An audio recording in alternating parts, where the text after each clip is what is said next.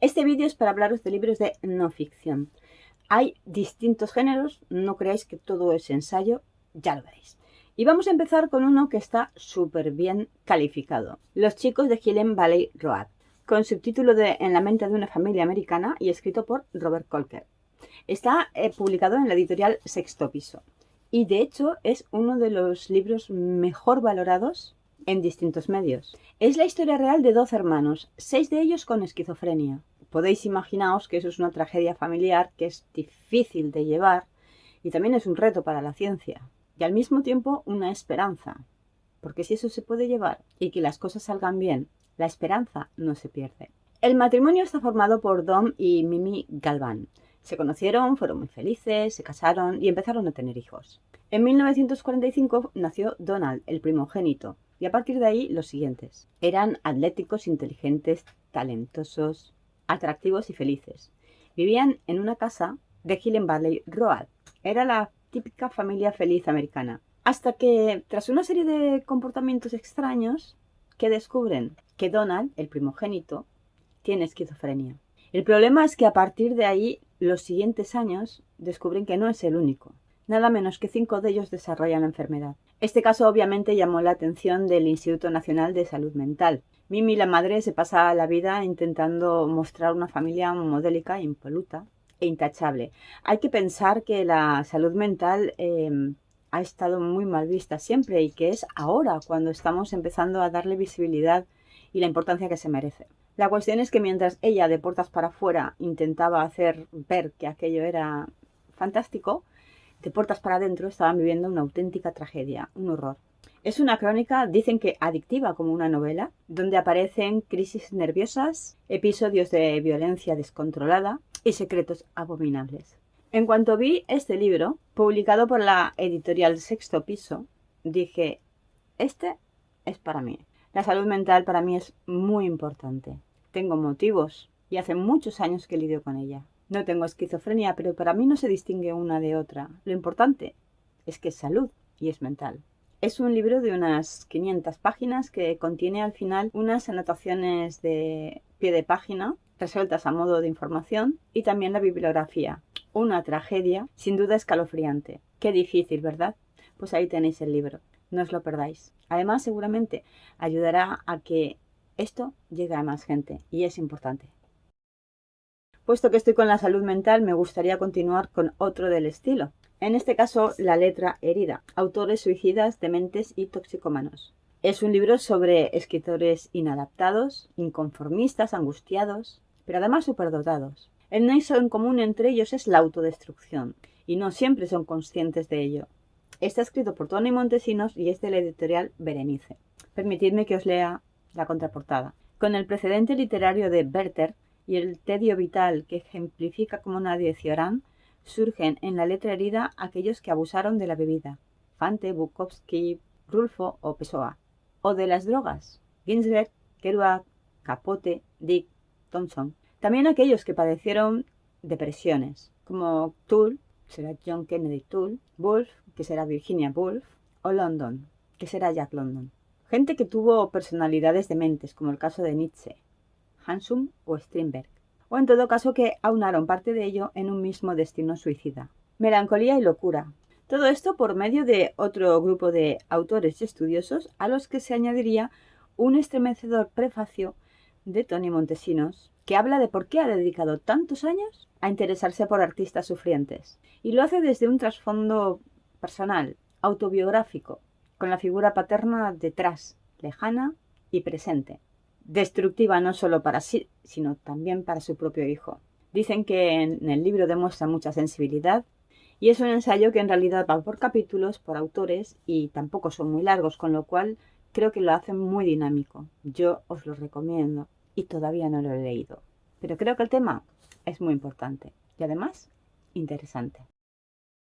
Y no quiero terminar el tema sin dejar de enlazar un libro con otro, pero en este caso va a haber un giro también radical. Matthew Perry también fue una persona adicta, con sus adicciones. En este libro, su autobiografía, Amigos, amantes y aquello tan terrible, publicado en la editorial Contraluz en tapa dura, Matthew Perry, ese que conocemos por Friends, Chandler, hace unas memorias de su vida y en contraportada, entrecomillado, dice así: hola, me llamo Matthew, aunque seguramente tú me conozcas por otro nombre. Mis amigos me llaman Matty y debería estar muerto. Aquí se acaban las comillas. Ese es el comienzo de la historia de Matthew Perry, un niño que no lo tuvo fácil y que utilizó el sentido del humor para salir adelante.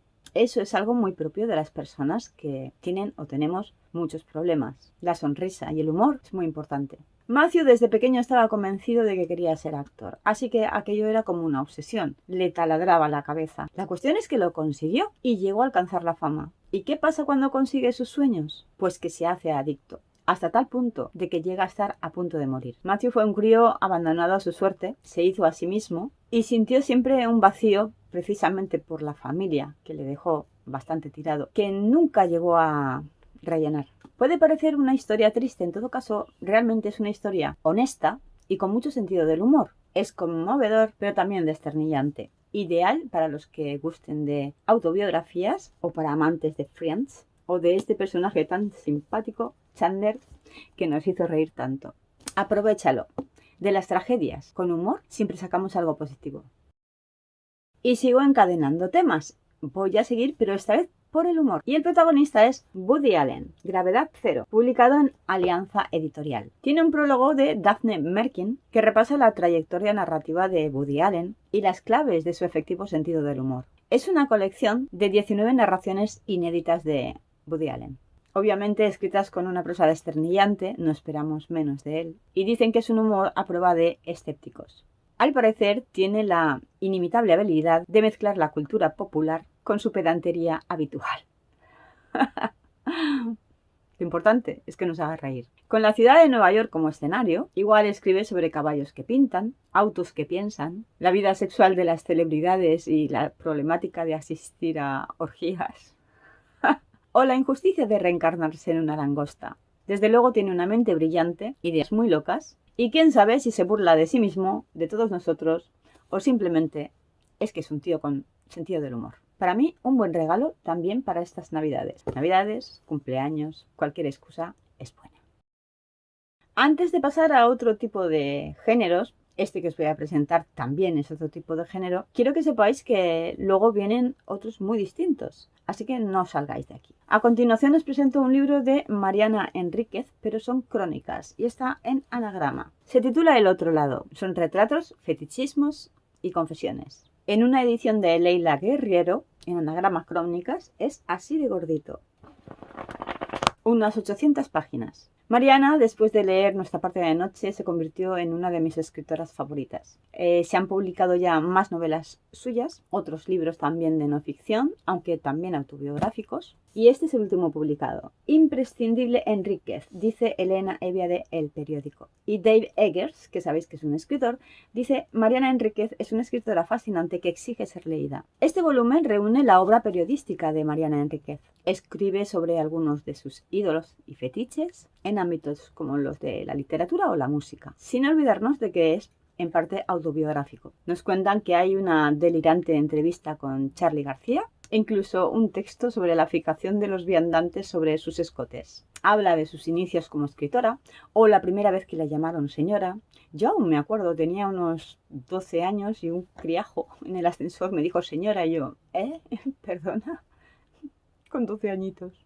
Enríquez también habla sobre la decisión de no ser madre o la fascinación por el erotismo homosexual.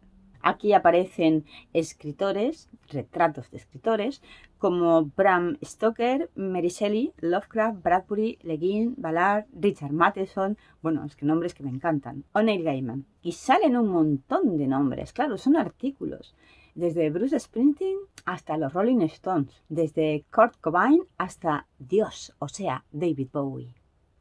Y de actores como Asia Argento, Jared Leto o Daniel Day-Lewis. Aparecen mitos femeninos como Sylvia Plath, la top model Kate Moss o Naomi Olin. Es un libro para fans de Mariana Enríquez o para fans del periodismo. Habiendo leído su novela, yo ya quiero recomendar sus artículos. Un día de estos os hago un especial de Mariana Enríquez porque tengo varios libros suyos. Un buen regalo para estas navidades, o reyes, o cumpleaños, o santos, o un capricho. Ahora voy a pasar a un par de libros más raritos. así de esos de mi gusto, o del gusto de los demás, y en este caso de la editorial EDAF. Y puede que del primero sepáis algo de antes. ¿Os acordáis de Richard A. Moody, aquel médico que se dedicó a hacer un libro para ver que existía la vida en el más allá? Aquel libro me lo leí en mi adolescencia. Se convirtió en algo maravilloso. No lo tengo. Luego tuve otro, Regresiones, que también lo leí. Y ahora ha salido este, Más allá, la luz, nuevas exploraciones. Después de vida, después de la vida, tenemos este segundo libro. Es finito, está publicado por EDAF, como he dicho, y expone descubrimientos en los que explora más profundamente la increíble frontera entre la vida y la muerte. El Dr. Moody se basa en lo más novedoso de los hallazgos de la medicina, la ciencia, la psiquiatría y la sociología. Habla incluso de experiencias de niños en el umbral de la muerte. Este tipo de personas, cuando vuelven a la vida, se replantean su vida. Muchos cambian el chip. De hecho, pierden el miedo a morir. Con este trabajo, el Dr. Moody lo que hace precisamente es dar un poco de serenidad a la gente que tiene miedo a la muerte. Ofrece respuestas gracias a aquellos que han cruzado el puente y han vuelto, para contar lo que ellos han vivido. Moody es un neuropsiquiatra. Después de él han venido muchos, pero él fue el primero que conocí. Un bonito libro, esperanzador, para regalar en cualquier momento.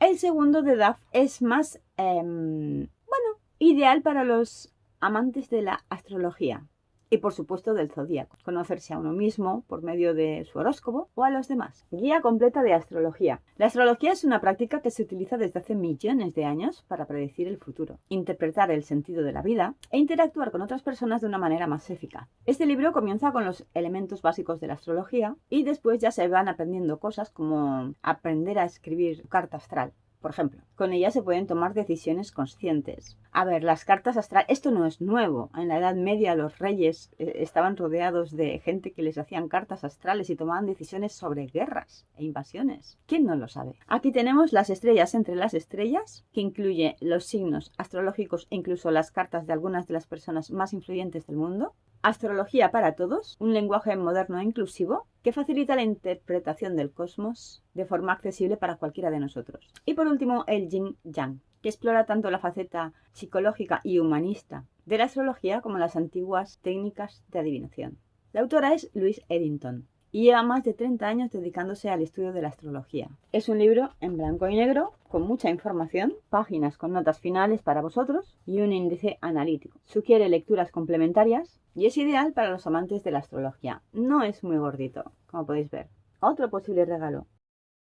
Ahora vienen dos de la editorial Obelisco. Este lo quería enseñar porque yo tengo un péndulo y se titula Usar el péndulo correctamente. Es un libro pequeñito, como veis. Es un manual rápido y sencillo. Está escrito por Andrea Hultbusch y Sabine Kuhn. Nombres pelín raros, que podéis ver ahí en la portada que os he puesto. Ahí mismo. Sobre los autores. Andrea Hultbusch desde hace más de 10 años trabaja como naturópata y sanadora.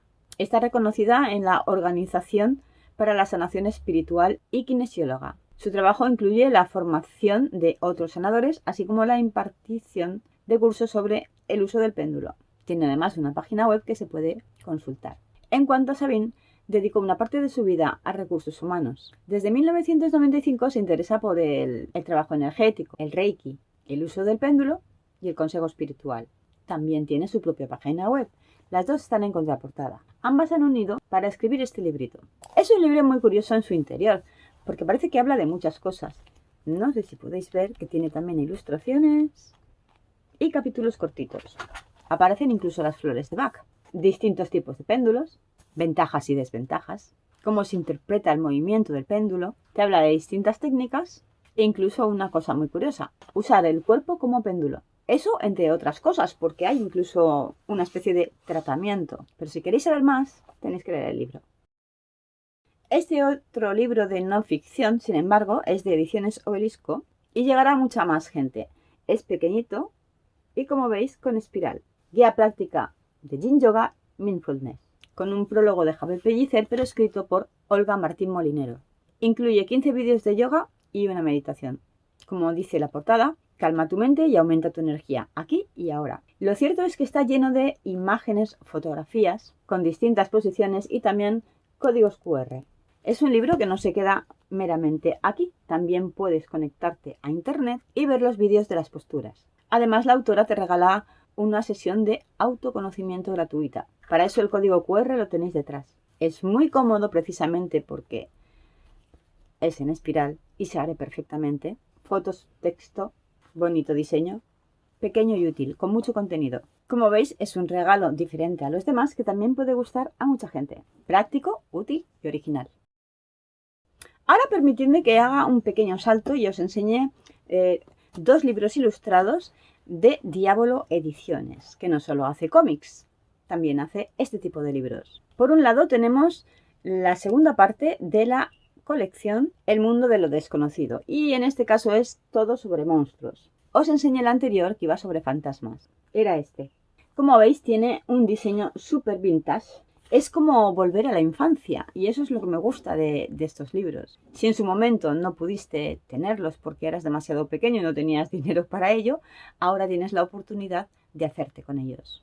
En el nuevo, dedicado a los monstruos, y firmado por Karen Miller, nos hablan de pisadas siniestras, de criaturas desconocidas en el bosque, o sobre la existencia de monstruos en las regiones más remotas del mundo. Los mitos sobre monstruos han existido desde hace milenios. Sin duda el Yeti o el monstruo del lago Ness son dos iconos. Están las criaturas del mar, de las profundidades, dragones de alas escamosas.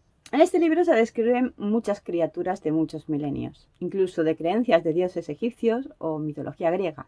No solo se escribe sobre ellos, también sobre encuentros con ellos. Es súper maravilloso, es mega vintage. Es volver a la niñez. Y os digo una cosa, no es que sea una copia, es que se publicó por primera vez a finales de los años 70 del siglo pasado. Fue uno de los primeros libros de la editorial inglesa Usborne. El libro también analiza el equipo utilizado por los cazadores de monstruos, así como los posibles engaños, los monstruos de las películas y las técnicas que se han utilizado para hacerlos terroríficamente reales. Obviamente, igual que en contraportada, el interior es a color. Y ningún amigo de lo vintage y de los misterios de cuando éramos críos deberían perderse estos libros. El siguiente de Diabolo es que fue verlo y decir, la cabina. Ahora me vais a entender. Se titula Dejadme salir de aquí, atrapados en la pantalla. Está escrito por Alfonso Bueno López. Es un libro de tapa dura de los buenos de Diabolo, con una buena edición, muchísimas páginas, con fotografías, muchísima información y por supuesto centrada en el cine. Cárceles, manicomios, secuestros, trampas, enterramientos, refugios. Hablamos de estar atrapados, de la pérdida de control, de la falta de aire, de la posibilidad de escapar. El miedo atávico. ¿Quién no se acuerda de aquella historia de Christopher Lee que quería una cripta, pero con una campanita por si no estaba muerto de verdad? ¿Era Christopher Lee? ¿Pero qué me decís de la cabina y José Luis López Vázquez? Flipante. Un solo personaje y es alucinante. Mirad, la foto aparece aquí. El género carcelario, escenarios ambientados en hospitales psiquiátricos. Una buena escena está en contraportada. Un libro que igual tiene carteles que escenas de las películas. George A. Romero, Vincent Price, Houdini y bueno, también cosas bastante más modernas. Aquí aparece Liam Neeson o incluso Cloverfield Lane, una película que me dejó... ¡Qué bestia esa película! Fotografías en blanco y negro y a color y una edición de lujo. No os lo perdáis, es un buen regalazo. Y recordad que Diabolo tiene bastantes de estos tomos. ¿Qué tal si ahora nos vamos a viajar por el mundo?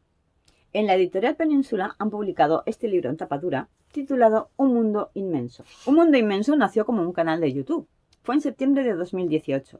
El equipo lo componen Francisco Llorens en investigación y la redacción de los guiones, Antonella Grossolano en el diseño y el desarrollo de la identidad visual y Diego Briano en la narración y postproducción de los vídeos. ¿Qué encontramos aquí? Entornos extremos, lugares inhóspitos, comunidades aisladas. Toda aquella persona que tenga curiosidad por lugares de este tipo o alejados en los rincones más remotos del planeta, se preguntarán continuamente ¿qué hace esta gente aquí?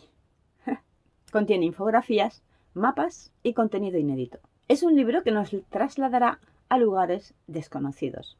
Obviamente, tiene ilustraciones, fotografías, a veces dibujos, y todo el diseño en sí es con la letra negra, pero las ilustraciones y los dibujos en azul. lo que lo hace muy atractivo. En tapa dura, muy bien encuadernado, dice que es una guía de viajes imposibles y destinos que más vale eludir. Falta que digan eso para que la gente quiera ir. ¿Sabías que Oymyakon es el pueblo más frío del mundo, donde los móviles se congelan pero las neveras se calientan? ¿Y que en Svalbard está prohibido por ley morir? ¿Has oído hablar de Centralia, un pueblo de Pensilvania que lleva ardiendo permanentemente toda su vida? Bueno, medio siglo, que bastante es. Ese sitio, por cierto, inspiró una saga de videojuegos. Como ves, es un buen regalo para estas navidades, reyes, cumpleaños y la excusa que se te ocurra. Ahora, si os parece, nos vamos a la ciencia. Estamos en no ficción y en este caso un libro de Mario Viciosa titulado Las ballenas cantan jazz. Desde luego tiene un título precioso. La ciencia desde el asombro y la belleza de lo desconocido. Está publicado en la editorial Ariel. Manejable, unas 300 y poco páginas. Y lo que cuenta aquí es imposible que os lo cuente yo porque se me va a olvidar conforme lo lea. Así que os lo leo directamente. Atended bien porque os va a gustar lo que os voy a contar. Las ballenas cantan jazz. El cosmos es un oscuro café y todos los plátanos son el mismo. El planeta Tierra es un lugar extraño y fascinante que se puede explicar a través de titulares como este. En 1977, la humanidad lanzó su primera tarjeta de presentación al universo a través de las ondas del Voyager.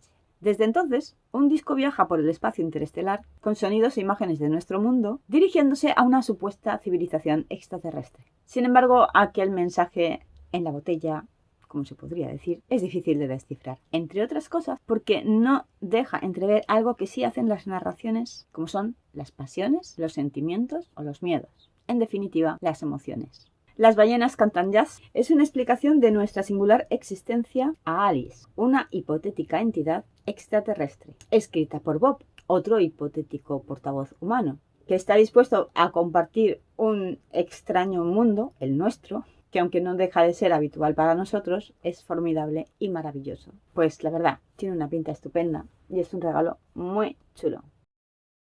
Editorial Planeta, Juan Eslava Galán. Historia y humor, como siempre. La Reconquista contada para escépticos. Un libro en tapa dura, con sobrecubierta, que nos cuenta lo siguiente. En el año 711 después de Cristo, los musulmanes atraviesan el estrecho, invaden la península ibérica, conquistan el reino cristiano de Toledo e incorporan las nuevas tierras al Islam.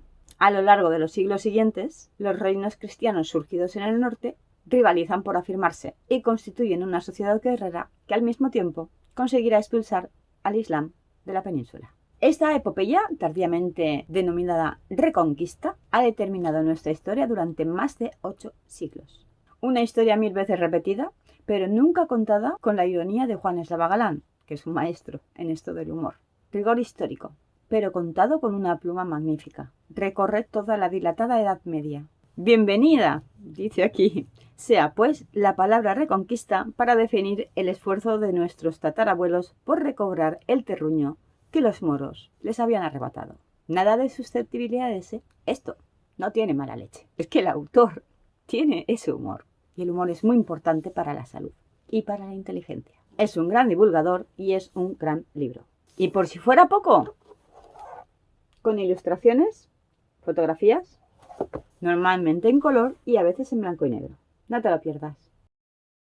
Ahora voy a aprovechar que hemos hablado de imágenes porque os voy a enseñar 2 libros de Atalanta y el primero es una auténtica maravilla. Es un festín de libro, es un lujazo.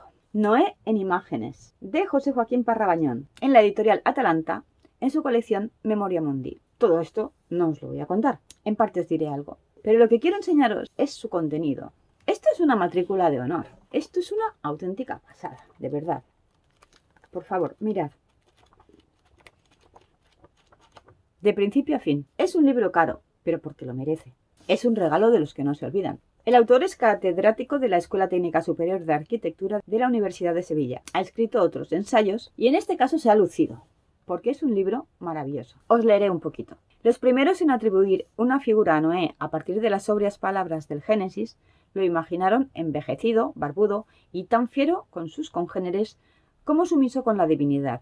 Efectivamente, así es como lo recuerdo yo. Pero también fue descrito y pintado borracho y desnudo, aunque antes de exhibirlo, la Biblia lo muestra en 12 escenas simbólicas, de rodillas, obedeciendo a su creador, armando un recipiente que podría evitar su muerte, posando con su familia, embarcando especies zoológicas en un artefacto, ese arca de Noé, flotando a la deriva y navegando durante el diluvio universal, asomándose a la ventana a la espera de la llegada de una paloma, desembarcando en la cima de una montaña oriental, sacrificando en el fuego a los animales que sobrevivieron a la inundación, embriagándose con el vino recién descubierto, es que me estoy partiendo de risa, y durmiendo la borrachera a la sombra de su guarida. Ninguno de estos sucesos es extraño en el repertorio de las escenas míticas fundacionales. Lo que sí es verdaderamente sorprendente es que el arca no parece una embarcación, sino un edificio, una casa que los defiende del diluvio. Por tanto, de aquí la deducción, Noé era un arquitecto,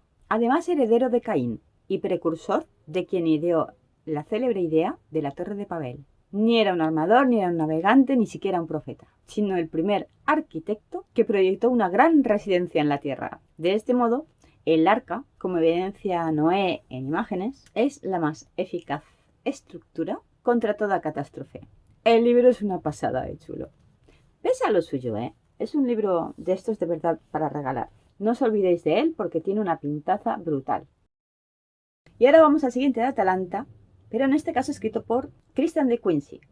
Naturaleza esencial, el alma de la materia. Atalanta los hace en tapa dura, por lo menos la mayoría, la gran mayoría, este también lo es. Y en este caso, el tema que toca interesará a algunos, probablemente pocos, porque a la mayoría lo que le gusta es desconectar y no pensar, pero interesará muchísimo a algunos. Yo os voy a contar un poquito y vosotros ya decidís. Christian de Quincy es un actor reflexivo y bien documentado cuyos artículos en la Noetic Sciences Review, entre otras publicaciones, constituyen una de las mejores aportaciones en este campo. Naturaleza Esencial proporciona un accesible resumen sobre los últimos debates en torno a la naturaleza de la consciencia. Eso lo dice Rupert Sheldrake. Erwin Laszlo comenta: Naturaleza Esencial es un riguroso ensayo científico-filosófico que arroja luz sobre uno de los más importantes temas de todos los tiempos. El concepto de materia como algo inerte y muerto ha sido, desde luego, una excepción en la larga historia del pensamiento, aunque para la mente moderna sea una verdad incuestionable. De Quincy nos enseña que esto es una aberración, pues el universo es mucho más complejo, vivaz y cautivador. Ha llegado la hora de retornar a la idea de que en la naturaleza hay consciencia, como dice De Quincy, hasta en los niveles más profundos. El redescubrimiento de este perenne saber otorga un renovado sentido tanto a nuestra existencia individual como a nuestra actitud hacia la naturaleza, al impulsarnos, a pesar de la explotación, a la participación. Christian de Quincy es doctor en filosofía, profesor de Consciencia, Espiritualidad y Cosmología en la Universidad John F. Kennedy, cofundador de la Wisdom Academy y decano de estudios de la consciencia en la University of Philosophical Research de Los Ángeles. Ha escrito otros ensayos e incluso una novela. Este es otro de los libros de Atalanta que hay que tener en cuenta. Eso sí, dependiendo si lo que te apetece es evadirte o aprender, pensar, filosofar, utilizar las neuronas y quizás discutir contigo mismo o con él, un posible regalo. Y aquí estamos de nuevo, pero con la editorial Crítica en un libro, también en tapa dura con sobrecubierta, que habla de líderes. La era de los líderes autoritarios, de Gideon Rachman. Cómo el culto a la personalidad amenaza la democracia en el mundo. La verdad es que es un libro bastante interesante, porque habla de ese tipo de líderes que a veces caen bien, otras veces no puedes con ellos, pero que tienen algo en común. Son persuasivos, son líderes y te pueden llevar a la desgracia. Desde el comienzo del milenio, cuando Putin tomó el poder en Rusia, diferentes líderes autoritarios han llegado a dominar la política mundial. Autodenominados hombres fuertes han llegado al poder en Moscú, Pekín, Nueva Delhi, Brasilia, Budapest, Ankara, Riad y Washington. ¿Cómo y por qué llegó a nuestras vidas este liderazgo de hombres fuertes? ¿Qué posibilidad hay de que nos lleve a la ruina económica, al colapso, al apocalipsis? Esta gente nos lleva al apocalipsis. Son un puro desastre. Yo no sé qué hacen aquí. Deberían estar en una isla desierta. Que los envíen al espacio, por ejemplo. Que se queden allá a vivir. Perdón, se me ha ido la cabeza otra vez. Y he dicho lo que pensaba en voz alta. Volvamos al libro. El autor, Gideon Rachman, se ha codeado con la mayoría de estos líderes mundiales y como periodista ha informado a sus países. Mientras que otros intentan descubrir su ascenso individualmente, Rachman analiza el fenómeno en su conjunto y descubre la compleja y a menudo sorprendente interacción entre estos líderes, identificando temas comunes, encontrando coherencia global en el caos y ofreciendo un nuevo y audaz paradigma para navegar por nuestro mundo. Permitirme que me ría un poco. Salen, por ejemplo, Putin, Trump, Bolsonaro y Erdogan, Xi Jinping y Modi. En su mayoría, gente que yo mandaría al espacio. Pero bueno, el libro tiene que estar muy interesante para toda aquella gente que esté deseando conocer cómo se analiza un tipo de personajes que llegan a todo el mundo, que mandan, que mueven los hilos, que nos convierten en muñecos y todo desde una perspectiva global. Si os gusta, aquí lo tenéis. Guapos, guapas y guapes. Feliz Navidad, felices Reyes y queredme bien. Dicho de otra forma, apoyadme retuiteando, comentando, sugiriendo a los demás que les puede gustar mis vídeos, no solo este, sino también los anteriores. Y cualquier día hago algo más divertido que el final del vídeo anterior, o más loco. Pasadlo bien.